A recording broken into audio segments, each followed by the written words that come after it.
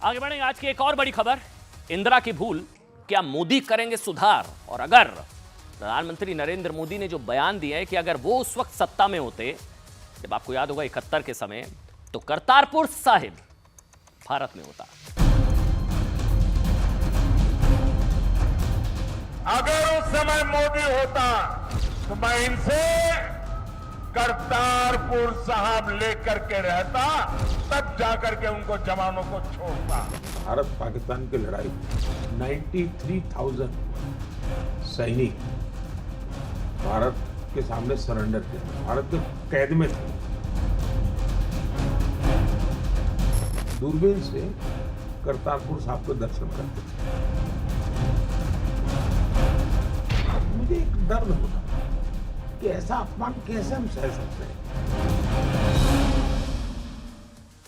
क्या करतारपुर पर पाकिस्तानी कब्जा क्या कांग्रेस की गलती है या मौका गंवाया गया?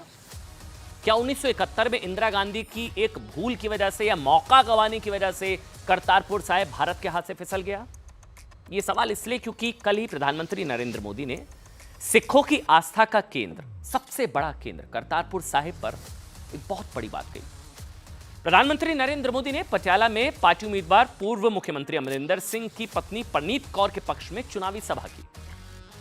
इस दौरान उन्होंने कहा कि साल 1971 में अगर वो सत्ता में होते तो करतारपुर कभी पाकिस्तान का हिस्सा नहीं हो पाता। पीएम मोदी ने साल 1971 का जिक्र क्यों किया, ये आपको बताएं। इससे पहले आपको बताते हैं कि आखिर करतारपुर का महत्व क्या है, लेकिन पहले आप प्रधानमंत्री नरेंद्र मोदी का बयान सुनिए। 70 साल तक हमें करतारपुर साहिब को दूरबीन से दर्शन करने पड़ते थे और हर कोई इंसान अपमान महसूस करता है। मैं कांग्रेस वालों को कहता हूं कि जब बांग्लादेश की लड़ाई हुई, 90,000 से ज्यादा पाकिस्तान के सैनिक सरेंडर कर चुके थे। अगर उस समय मोदी होता तो मैं इनसे करतारपुर साहब लेकर के रहता, तब जाकर के उनको जवानों को छोड़ता। देखिए, करतारपुर साहिब सिख समुदाय की भावनाओं से जुड़ा हुआ है, क्योंकि वहां गुरु नानक देव जी ने अपनी जिंदगी के अंतिम 16 साल बिताए थे। 1947 में देश के बंटवारे के बाद ये पाकिस्तान का हिस्सा बन गया। वहां जाने के लिए श्रद्धालुओं को वीजा और पासपोर्ट की कानूनी औपचारिकता पूरी करनी पड़ती थी। नवंबर 2019 के पहले, इसको सुनिएगा, नवंबर 2019 के पहले तक श्रद्धालु डेरा बाबा नानक से दूरबीन के जरिए करतारपुर साहिब के दर्शन करते थे। 2019 में भारत और पाकिस्तान के बीच कॉरिडोर खोलने और बिना वीजा एंट्री पर सहमति बनी।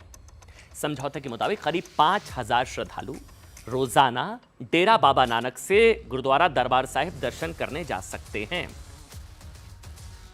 लेकिन अभी भी सिख समुदाय में एक बड़ा वर्ग चाहता है कि उनकी आस्था का केंद्र, हर कोई चाहता है भाई करतारपुर साहिब भारत में होना चाहिए था। क्या एक मौका था जो हम चूक गए, इसी का जिक्र प्रधानमंत्री नरेंद्र मोदी ने किया।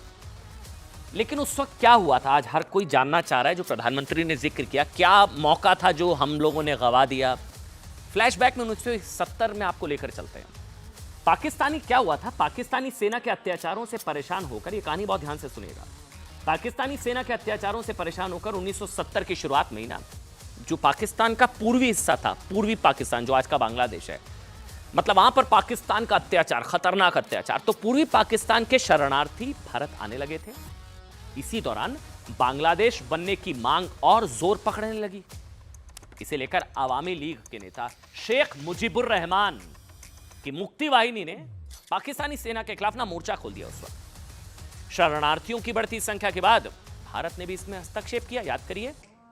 और क्या हुआ, पाकिस्तान ने युद्ध की घोषणा कर दी। 71 में युद्ध हुआ भारत पाकिस्तान के बीच। दिसंबर 1971 में 13 दिनों तक संघर्ष चला और 13 दिनों के अंदर अंदर पाकिस्तानी सेना घुटनों पर थी। 13 दिनों के अंदर अंदर भारतीय सेना ने 93,000 पाकिस्तानी सैनिकों को सरेंडर करने के लिए मजबूर कर दिया। यही जिक्र किया प्रधानमंत्री ने। हमारे पास 93,000 सैनिक थे पाकिस्तानी, हम नेगोशिएट कर सकते थे, मौका था। करतारपुर साहिब भारत में होता बहुत कुछ हो सकता था। क्या हुआ, 16 दिसंबर को जनरल नियाजी ने सरेंडर पत्र पर दस्तखत किए और नया बांग्लादेश के जन्म के साथ ही पाकिस्तानी सैनिकों की रिहाई शुरू हो गई। फिर क्या हुआ, करीब 6 महीने बाद 2 जुलाई को, हम सोचिए 71 में हमारे पास 93,000 पाकिस्तानी सैनिक हैं, लेकिन 2 जुलाई 1972 को भारतीय प्रधानमंत्री इंदिरा गांधी जी और पाकिस्तान के प्रधानमंत्री जुल्फिकार अली भुट्टो के बीच शिमला समझौता हुआ। जीत के बाद भी भारत ने लाइन ऑफ कंट्रोल को दिसंबर 1971 की स्थिति को मान्यता दे दी। साथ ही यह तय किया गया कि दोनों देश कश्मीर समेत द्विपक्षीय मामलों को बिना किसी मध्यस्थता के आपस में सुलझाएंगे। डिफेंस कई जानकार मानते हैं कि यही वो वक्त था जब भारत ने कूटनीतिक भूल कर दी थी।